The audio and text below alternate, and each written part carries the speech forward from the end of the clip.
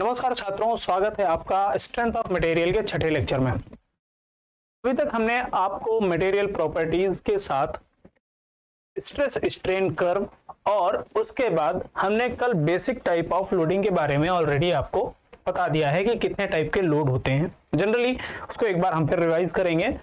Types of loading की बात करते हैं तो डिफरेंट टाइप ऑफ लोड्स के बारे में हमने पढ़ा था कि स्ट्रक्चर पे कितने टाइप के लोड आते हैं। Dead load, live load, snow load, wind load, hydrostatic load, seismic load यानी अर्थक्वेक लोड। तो इस तरीके के स्ट्रक्चर पे डिफरेंट टाइप पे आने वाले लोड्स के बारे में हमने पढ़ा था। फिर हमने पढ़ा था कि और जनरली कितने टाइप के एक्सटर्नल लोड्स अप्लाई किए जा सकते हैं किसी भी बॉडी पे।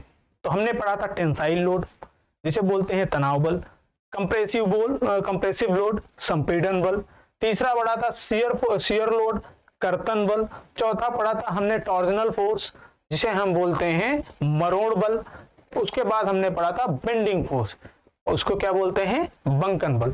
तो डिफरेंट टाइप्स ऑफ स्ट्रक्चर के लिए हमने different type of loading conditions भी पढ़ी थी। फिर हमने ये पढ़ा था कि टोटल कितने टाइप के स्ट्रेस होते हैं। तो हमने कहा था कि एक होता है सिंपल स्ट्रेस, दूसरा होता है shear stress. Simple stress generally दो क्लास में डिफाइन किया गया है। पहला क्या होता है टेंसाइल स्ट्रेस, तनाव प्रतिबल, और दूसरा होता है आपका कंप्रेसिव स्ट्रेस, संपीड़न प्रतिबल। यानी तनाव बल के कारण किसी भी बॉडी या किसी भी शरीर में तनाव बल के कारण उत्पन्न प्रतिबल को हम बोलेंगे तनाव प्रतिबल। प्रतिबल हमने ऑलरेडी पढ़ रखा है कि किसी भी बॉडी में रेजिस्टिव नेचर का जो फोर्स डेवलप होता है आफ्टर अप्लाइंग एनी फोर्स, कोई भी बल लगाने के पश्चात, उसको हम बोलेंगे प्रतिबल, उसको हम बोलते हैं प्रतिबल। ठीक है, उसी तरीके से हमने जब ये चीजें पढ़ ली कि फिर हमने पढ़ा कि शियर स्ट्रेस। शियर स्ट्रेस क्या होता है कि जब किसी भी बॉडी पे दो डिफरेंट डायरेक्शन में फोर्स अप्लाई किए जा रहे हों और उन फोर्स की इसेंट्रिसिटी, उसमें फोर्स में कुछ ना कुछ उत्केंद्रता हो, दोनों बलों के बीच में कुछ ना कुछ उत्केंद्रता और लाइन ऑफ एक्शन दोनों का सेम ना हो, तो उस स्थिति में बॉडी के दो पार्ट्स एक दूसरे पे स्लाइड करने की टेंडेंसी में होते हैं। उस स्थिति में जो भी रेजिस्टिव फोर्स, जो भी प्रतिरोधक बल उत्पन्न हो रहा है, जो भी उस बल को हम बोलेंगे कर्तन प्रतिबल। ठीक है, तो जो भी प्रतिरोधक प्रतिबल उत्पन्न हो रहा है आपका शियर फोर्स अप्लाई करने के बाद, उसको हम बोलेंगे प्रतिरोधक प्रतिबल या शियर स्ट्रेस। ठीक है, यहां तक चीजें आपको हम ऑलरेडी समझा चुके हैं। हम बात करते हैं इस चैप्टर में हम बात करेंगे स्ट्रेन की। ये डिफरेंट टाइप ऑफ स्ट्रेन्स जो होते हैं वो क्या होते हैं। स्ट्रेन्स के बारे में हम थोड़ा सा पढ़ेंगे कि जैसे हमने स्ट्रेस के बारे में पढ़ा तो वैसे अब हम पढ़ेंगे स्ट्रेन के बारे में कि स्ट्रेन क्या होता है और कितने टाइप के स्ट्रेन होते हैं। ठीक है, इसको हम हिंदी में कहते हैं विकृति। जहां तक उम्मीद है आप सबको याद होगा, हम इसको ऑलरेडी आपको एक बार एक्सप्लेन कर चुके हैं, एक बार नहीं कई बार एक्सप्लेन कर चुके हैं। अभी तक जितने भी लेक्चर्स हुए हैं उसमें हम चीजों को रिपीट करते हुए इसलिए चलते हैं ताकि चीजें आपको सुन के याद हो जाए। हम एक ही, आपको लग रहा होगा कि सर एक ही चीज को बार बार रिपीट क्यों करते रहते हैं, इलास्टिक को रिपीट करते रहते हैं, प्लास्टिक को रिपीट करते रहते हैं, प्रतिबल को रिपीट करते रहते हैं, विकृति। ये बेसिक टॉपिक्स है, ये बेसिक चीजें हैं। अगर ये आपको याद नहीं रहेंगी तो आपके strength of material, mechanics of solid पढ़ने का कोई मतलब नहीं है। इसलिए हम इन सब चीजों को बार बार रिपीट करते रहते हैं, दोहराते रहते हैं ताकि आपको ये चीजें याद हो जाए। हम बात करते हैं विकृति की, स्ट्रेन की। तो विकृति के बारे में हमने क्या बताया था कि जब भी किसी बॉडी पे किसी भी स्ट्रक्चर पे जब फोर्स अप्लाई किया जाता है, चाहे वो तनाव बल उत्पन्न लगाया जा रहा हो, चाहे संपीड़न बल लगाया जा रहा हो, उसकी वजह से उसमें जो डिफॉर्मेशन होता है, जो भी चेंज आता है उसकी डायमेंशन में और उसके ओरिजिनल डायमेंशन के जो रेशियो को हम क्या बोलेंगे विकृति। क्या बोलते हैं विकृति। उदाहरण के तौर पे हम विकृति को समझाने के लिए कुछ ऐसा समझेंगे कि मान लो कि ये कोई बॉडी है, अगर हम उस पर कोई तनाव बल लगा रहे हैं, इसकी ओरिजिनल डायमेंशन है L, तनाव बल लगा रहे हैं F, उसके बाद ये बॉडी की लंबाई थोड़ी सी बढ़ गई। अब ये जो लंबाई हो गई इसकी L प्लस डेल्टा एल हो गई, यानी इसकी प्रारंभिक लंबाई से इसकी लंबाई में जो परिवर्तन हुआ वो डेल्टा एल का हुआ। ऐसे समझिए बल लगाने के पश्चात तो जो इसमें विकृति उत्पन्न होगी, इस बॉडी की विकृति जो होगी, इसको हम रिप्रेजेंट करते हैं ई से। ये होगी चेंज इन डायमेंशन, जो लंबाई में परिवर्तन हो रहा है, कितना हो रहा है, डेल्टा एल का, और ओरिजिनल लेंथ, ओरिजिनल डायमेंशन जो उसकी प्रारंभिक लंबाई है, जो उसकी वास्तविक लंबाई है, उसके अनुपात को हम बोलेंगे विकृति। ठीक है। अब हम बात करते हैं कि जैसे हमने स्ट्रेस को पढ़ा कि 3 डिफरेंट टाइप के स्ट्रेस होते हैं। आपके सिंपल स्ट्रेस में 2, टेंशन और कंप्रेसिव स्ट्रेस। ठीक, तनाव प्रतिबल और तनन प्रतिबल और संपीड़न प्रतिबल। उसी तरीके से आपकी विकृति भी 3 अलग अलग तरह की विकृति डिफाइन की गई है। पहला होता है तनन विकृति, तनाव विकृति, दूसरा संपीड़न विकृति, तीसरा नहीं, चार तरह की होगी जनरली, और चौथी हो गई आपकी क्या कहते हैं, शियर, कर्तन विकृति, और पांचवी हो गई आपकी वॉल्यूमेट्रिक स्ट्रेन, जिसे हम बोलते हैं आयतन की वजह से, जो आयतन में जो विकृति उत्पन्न होती है। स्ट्रेन की जब हम बात करते हैं, विकृति तो आपको समझ में आ गया है, विकृति क्या होता है इसको यहां पे लिख लीजिए। क्या विकृति क्या हो गया, ठीक है, चेंज इन डायमेंशन,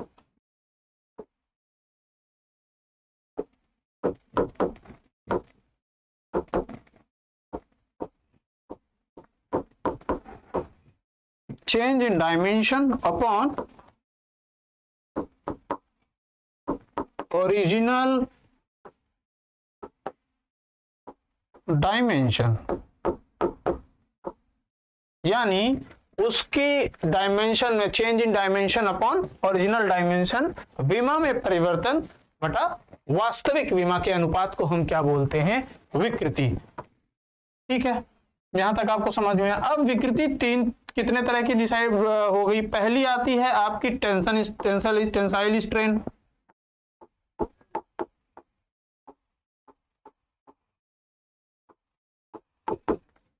इसे बोलेंगे तनन विकृति।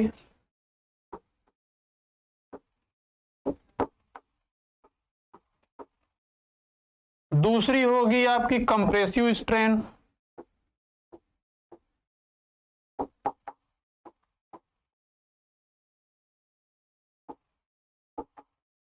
इसे बोलेंगे संपीड़न विकृति।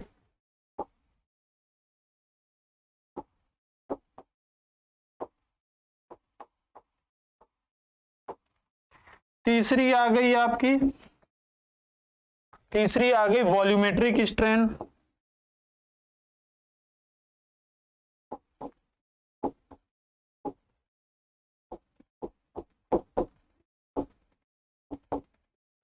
आयतनात्मक विकृति,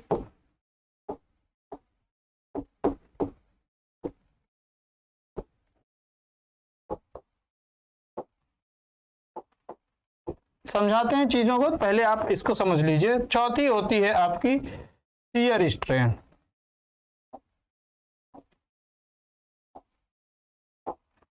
जिसको हम बोलते हैं कर्तन विकृति।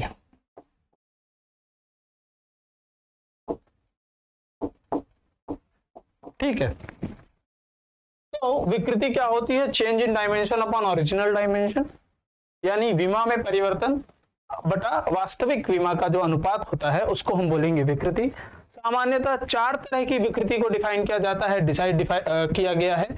टेंसाइल स्ट्रेन, तनन विकृति, कंप्रेसिव स्ट्रेन, संपीड़न विकृति, वॉल्यूमेट्रिक स्ट्रेन, आयतनात्मक विकृति, शियर स्ट्रेन, कर्तन विकृति। ठीक है, इसी तरीके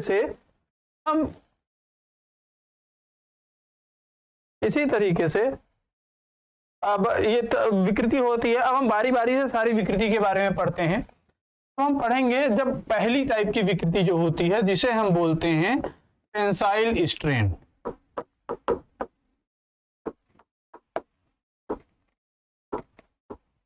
इसे बोलते हैं हम तनन विकृति।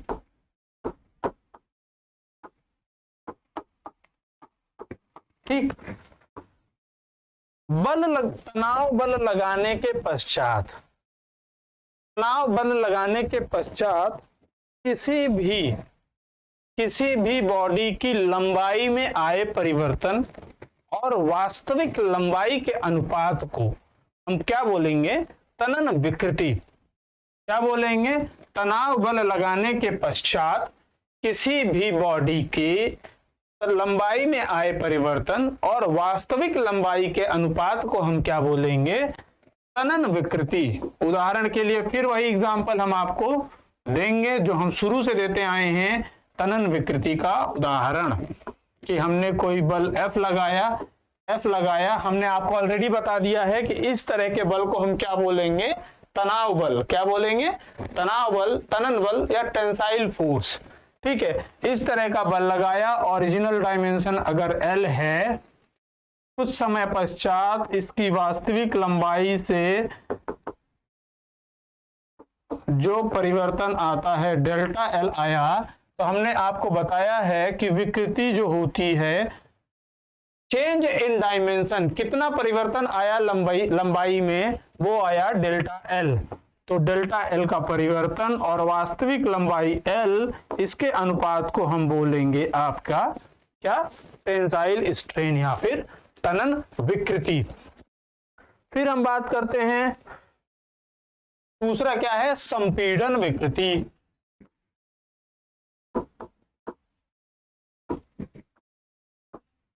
संपीड़न विकृति।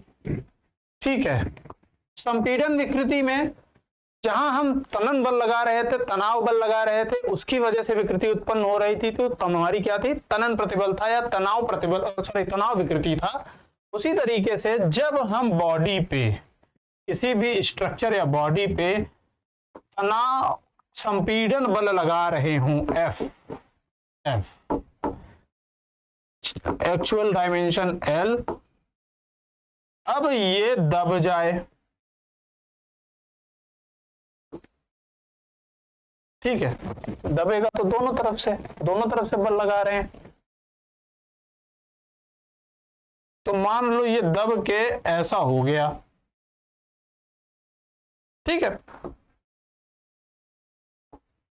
अब यहां भी कुछ चेंज आया, यहां भी कुछ चेंज आया, इस तरफ भी, तो इसकी लंबाई में परिवर्तन कितना हुआ? मान लो ये डेल्टा L1 है, ये डेल्टा L2 है, तो इसकी लंबाई में परिवर्तन कितना आया? Delta L1 plus delta L2।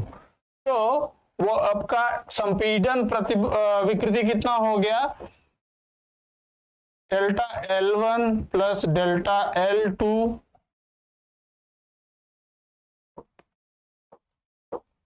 Upon वास्तविक लंबाई कितनी है? शुरुआती प्रारंभिक लंबाई इसकी L। तो इसी तरीके से इस तरह के विकृति को हम क्या बोलेंगे? संपीड़न विकृति। जब भी संपीड़न बल लगाने के पश्चात किसी भी बॉडी की, किसी भी पदार्थ की वास्तविक लंबाई में जो परिवर्तन आता है, तो उसकी उस परिवर्तन के और प्रारंभिक लंबाई के अनुपात को हम बोलेंगे संपीड़न विकृति। चलिए फिलहाल अब अगले पेज पे चलते हैं हम। अगला आता है हमारा तीसरा, आयतनात्मक विकृति, जिसे हम बोलते हैं वॉल्यूमेट्रिक स्ट्रेन।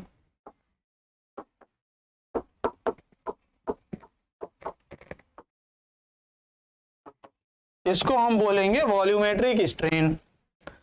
अभी तक लंबाई में किसी एक विमा में परिवर्तन हो रहा था, तनाव बल लगा रहे थे तो भी लंबाई में परिवर्तन हो रहा था, संपीड़न बल लगा रहे थे तो भी लंबाई में या चौड़ाई में परिवर्तन हो रहा था।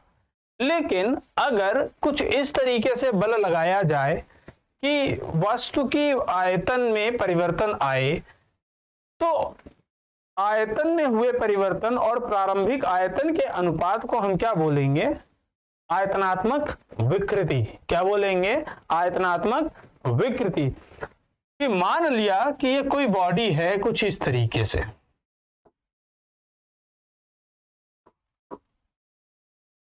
ठीक है,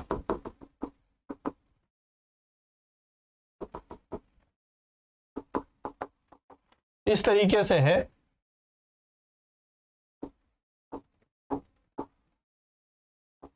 समझने के लिए आप समझिए इस चीज को।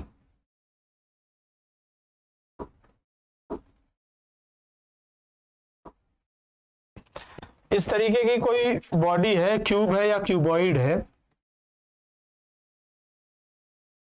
अब इसका जो लेंथ मान लो एल बी एच, तो इसका प्रारंभिक वॉल्यूम क्या हो गया, आयतन क्या हो गया, एल गुणे बी गुणे एच, ये इसका प्रारंभिक आयतन हो गया। अब हमने इस पे कोई संपीड़न बल लगा दिया, चारों इसके क्या कहते हैं, हमने इस पे संपीड़न बल लगा दिया ऐसे,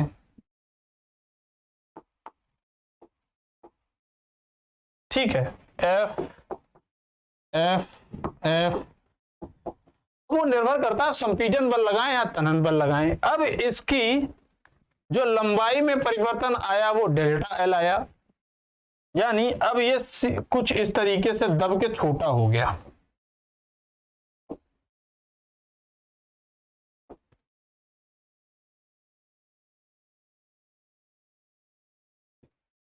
ठीक है, अब इसकी जो लंबाई में परिवर्तन आया डेल्टा एल, मतलब लंबाई, इसकी लंबाई में जो परिवर्तन आया, अब क्या हो गया, एल माइनस डेल्टा एल हो गया। विड्थ में जो परिवर्तन आया बी माइनस डेल्टा बी हो गया, और हाइट में जो परिवर्तन आया एच माइनस डेल्टा एच हो गया। यानी लंबाई डेल्टा एल से घट गई, विड्थ डेल्टा बी से घट गया और हाइट डेल्टा एच से घट गई। तो जो परिवर्तन आया उसका वॉल्यूम क्या है, यानी आयतनात्मक आयतन में कितना परिवर्तन आ गया, delta V is equal to delta L into delta B into delta H. तो आयतनात्मक विकृति के अनुसार जो आयतनात्मक विकृति होती है ये होती है डेल्टा वी, यानी आयतन में परिवर्तन बटा वास्तविक आयतन। तो आयतन में परिवर्तन delta L into delta B into delta H upon L B H, ये कहलाता है आयतनात्मक विकृति। क्या कहलाएगा इसको, इसको क्या कहेंगे हम, आयतनात्मक विकृति। यानी लंबाई, चौड़ाई और ऊंचाई तीनों में जब परिवर्तन आता है तो उसकी वजह से आयतन में आए परिवर्तन को, आयतन में आए परिवर्तन और वास्तविक आयतन के अनुपात को हम क्या बोलेंगे, आयतनात्मक विकृति। ठीक, अब हम अगला पढ़ते हैं शियर स्ट्रेन, कर्तन विकृति।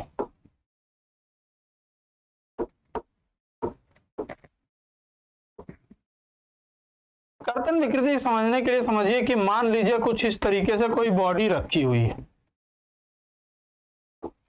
और इस पे यहां एक बल F लगा दिया हमने। क्या लगा दिया, F बल लगा दिया हमने। अब बॉडी जो है वास्तविक में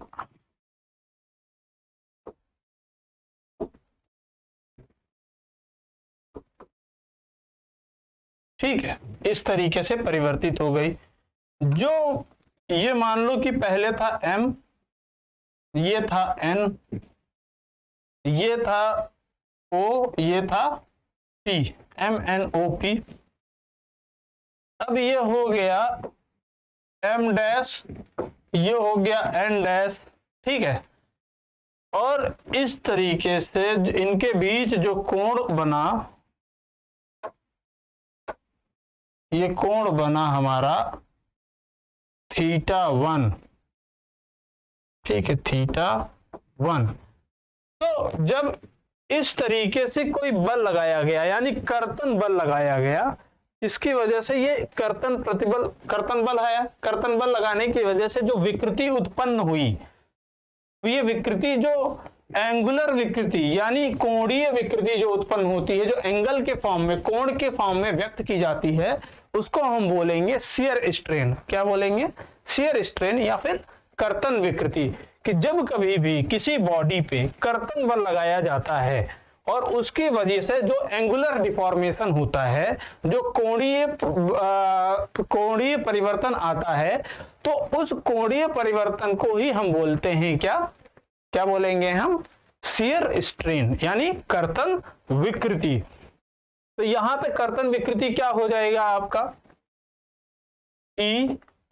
अभी क्या था इसका एक्चुअल डायमेंशन, एक्चुअल लेंथ क्या था? इस लेंथ, इसकी एक्चुअल लेंथ क्या थी हमारी? एनपी नहीं, चेंज कितना हुआ? चेंज कितना हुआ? चेंज तो एन एन डैश का चेंज हुआ है ना। कितने का चेंज हुआ है? एन एन डैश का चेंज, एन एन डैश का हुआ, और वास्तविक कितना है? एनपी। तो ये जो स्ट्रेन डेवलप हुआ, इसको हम बोलते हैं, क्या बोलेंगे हम? इसको बोलेंगे कर्तन विकृति। इसी को हम tan फाई से रिप्रेजेंट कर सकते हैं, tan थीटा से, tan थीटा 1 से। ये थीटा 1 एंगल जो होता है, तो एंगल के फॉर्म में कोणीय विकृति जो उत्पन्न हो रही है, उसको हम क्या बोलेंगे? कर्तन विकृति। यानी जब कर्तन बल लगाया हमने, उसकी वजह से इसकी जो विकृति इसमें उत्पन्न हुई, कितनी विकृति उत्पन्न हुई कर्तन बल लगाने से? थीटा 1। और यही थीटा 1 की विकृति उत्पन्न हुई। अब चूंकि ये एंगल बहुत स्मॉल है, बहुत छोटा है, तो इस वजह से इसको tan थीटा 1 को हम थीटा 1 लिख सकते हैं जनरली। और यहां से देख सकते हैं कि tan theta is equal to क्या होता है?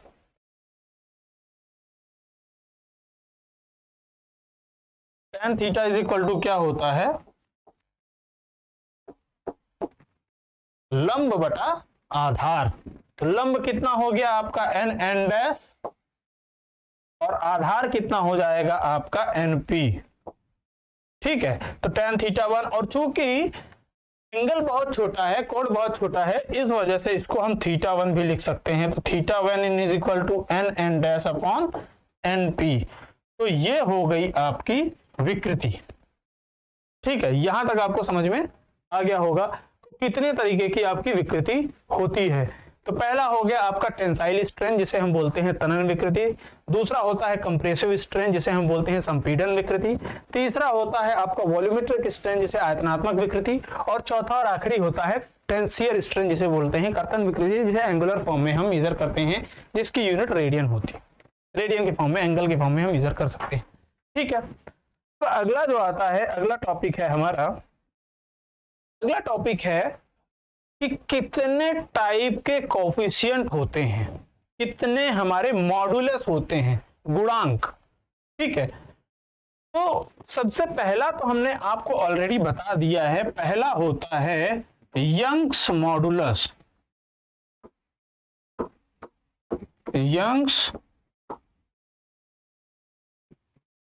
यंग्स मॉडुलस, जिसे बोलते हैं यंग प्रत्यास्थता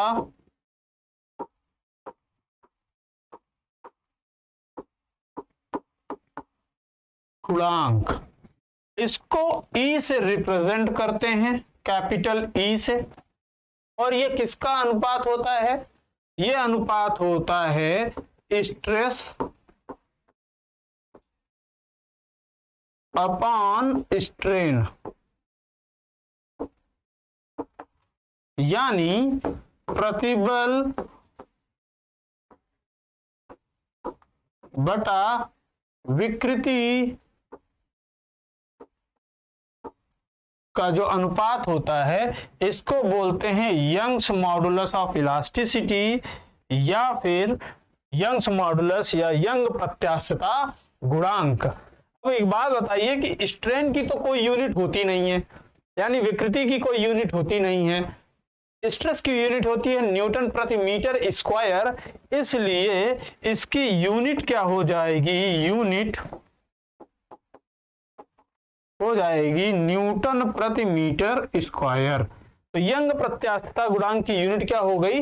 न्यूटन प्रति मीटर स्क्वायर। और ये किसका रेशियो होता है? प्रतिबल और विकृति का जो अनुपात होता है, सामान्य प्रतिबल और विकृति का जो अनुपात होता है, उसे यंग्स मॉडुलस ऑफ इलास्टिसिटी ई से रिप्रेजेंट करते हैं। इसको टर्म को हम जब पढ़ रहे थे, तो जब हम हुक्स लॉ पढ़ रहे थे, जब हमने आपको हुक्स लॉ बताया था, हम आगे फिर एक्सप्लेन करेंगे, तो वहां पढ़ा था कि stress is directly proportional to strain होता है, यानी stress is directly proportional to strain. फिर हमने stress is equal to E किया था, यहां से ई इज इक्वल टू हमने स्ट्रेस अपॉन स्ट्रेन पढ़ लिया था। ठीक है, तो यहां से हमने स्ट्रेस अपॉन स्ट्रेन पढ़ लिया था। ये था यंग प्रत्यास्थता गुणांक, यंग्स मॉडुलस ऑफ इलास्टिसिटी। अब अगला है हमारा shear modulus, modulus of rigidity, जिसे हम बोलते हैं मॉडुलस ऑफ रिजिडिटी। ठीक है,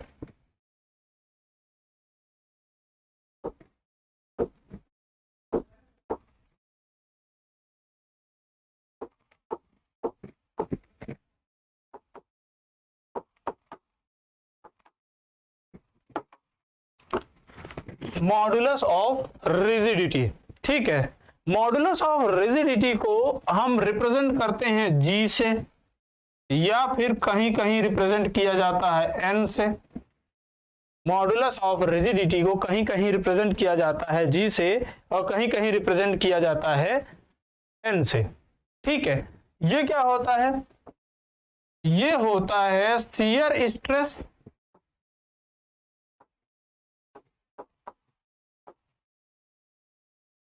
और शियर स्ट्रेन का अनुपात।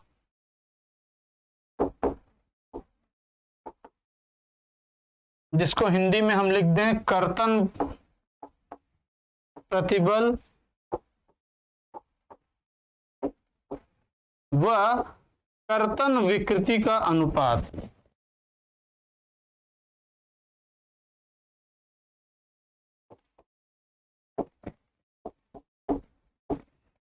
ठीक है, कर्तन प्रतिबल और कर्तन विकृति का जो अनुपात होता है उसको बोलते हैं modulus of rigidity. Hindi meaning exactly भी नहीं पता, मैं बता दूंगा आपको इसको क्या बोलते हैं, मॉडुलस ऑफ रिजिडिटी या शियर मॉडुलस। ठीक है, इसको बोलते हैं शियर मॉडुलस भी बोलते हैं इसको, या मॉडुलस ऑफ रिजिडिटी भी बोलते हैं। ठीक है, अगला आता है आपका बल्क मॉडुलस। क्या बोलते हैं उसको? Bulk modulus of elasticity.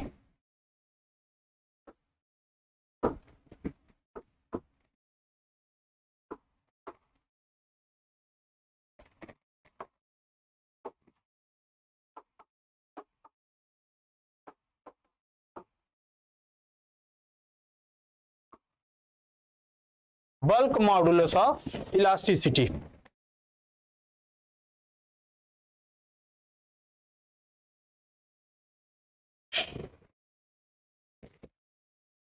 ठीक है, बल्क मॉडुलस ऑफ इलास्टिसिटी की जब हम बात करते हैं तो इसको रिप्रेजेंट करते हैं के से।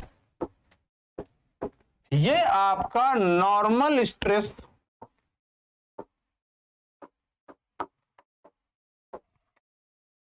और वॉल्यूमेट्रिक स्ट्रेन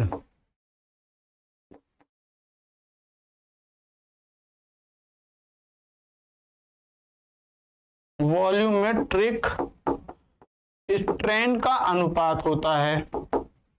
यानी नॉर्मल स्ट्रेस को हम रिप्रेजेंट करते हैं सिग्मा से और वॉल्यूमेट्रिक स्ट्रेन को ईवी से रिप्रेजेंट करेंगे, तो इसका जो अनुपात होता है इसको हम क्या बोलेंगे? Bulk modulus of elasticity. ठीक है, बल्क मॉडुलस, बल्क प्रत्यास्थता गुणांक। इसको हिंदी में हम अगली क्लास में स्टार्ट करेंगे, जब हम रिलेशंस बताने लगेंगे इन तीनों में, तो साथ में हम इसकी हिंदी मीनिंग भी आपको बताते चलेंगे। फिलहाल आज की क्लास में हम इतना ही रखते हैं, थोड़ा थोड़ा रखेंगे, इजी फॉर्म में रखेंगे और आपको समझाने की कोशिश करेंगे। चीजें जहां तक समझ में आ जाएंगी उतना कम शॉर्ट वीडियो होगा, छोटा वीडियो होगा, आसानी से समझ में आएगा, देखने में अच्छा लगेगा। तो धीरे धीरे हम चीजों को आपको एक्सप्लेन करते चलेंगे। फिलहाल आज के लिए इतना ही। अगली क्लास में हम आपको एक बार फिर से ये सारी चीजें एक्सप्लेन करके उसके साथ हम जितने भी मॉडुलस हैं, आपके जितने भी गुणांक हैं, उनके साथ संबंध स्थापित करेंगे, उनके रिलेशंस जो हैं वो हम आपको शो करेंगे, जिनसे आपके एग्जाम्स में क्वेश्चन बनते हैं। आज के लिए इतना ही, फिर मिलते हैं अगली क्लास में। चैनल को लाइक करें, सब्सक्राइब करें और शेयर करें जितने भी ज्यादा जरूरतमंद छात्र हैं उनके साथ। बहुत बहुत धन्यवाद।